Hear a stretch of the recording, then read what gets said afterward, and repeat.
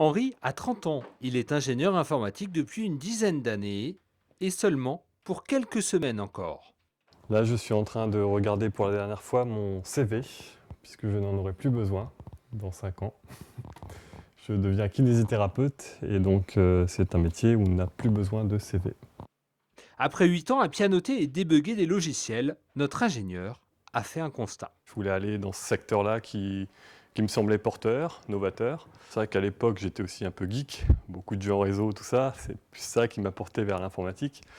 Maintenant, c'est vrai que j'ai découvert au cours de mes études que tout ce qui était partie vraiment informatique, tout ce qui était développement informatique, tout ça, ça m'intéressait pas du tout. Après plusieurs années d'exercice, Henri s'est aperçu que c'était la relation humaine qui le passionnait. Il s'est donc tourné vers un métier du champ médico-social, kinésithérapeute. Pour arriver à ce choix, Henri a effectué un bilan de compétences, un dispositif offert à chaque salarié et même aux demandeurs d'emploi.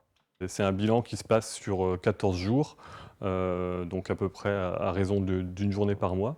Dans ce cabinet de conseil en mobilité professionnelle, des psychologues du travail accueillent des salariés, mais aussi depuis peu des demandeurs d'emploi, pour des bilans de compétences, un parcours pas toujours évident.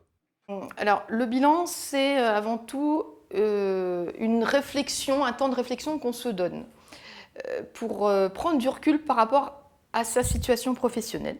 C'est des fois juste l'occasion de se rendre compte du sens de son travail, de voir quelles sont les priorités qu'on va se fixer par la suite. Donc de se dire, bah, finalement, je suis bien là où je suis, ça me correspond, je suis contente de faire ce que je fais. Euh, et puis bah, des fois, c'est là aussi où on analyse que on a peut-être envie de faire autre chose. Désormais, pour Henri, il reste à passer la première année de médecine et enchaîner sur 4 ans de formation en kinésithérapie, un investissement personnel et familial. Sa femme, elle, commence tout juste sa carrière de médecin.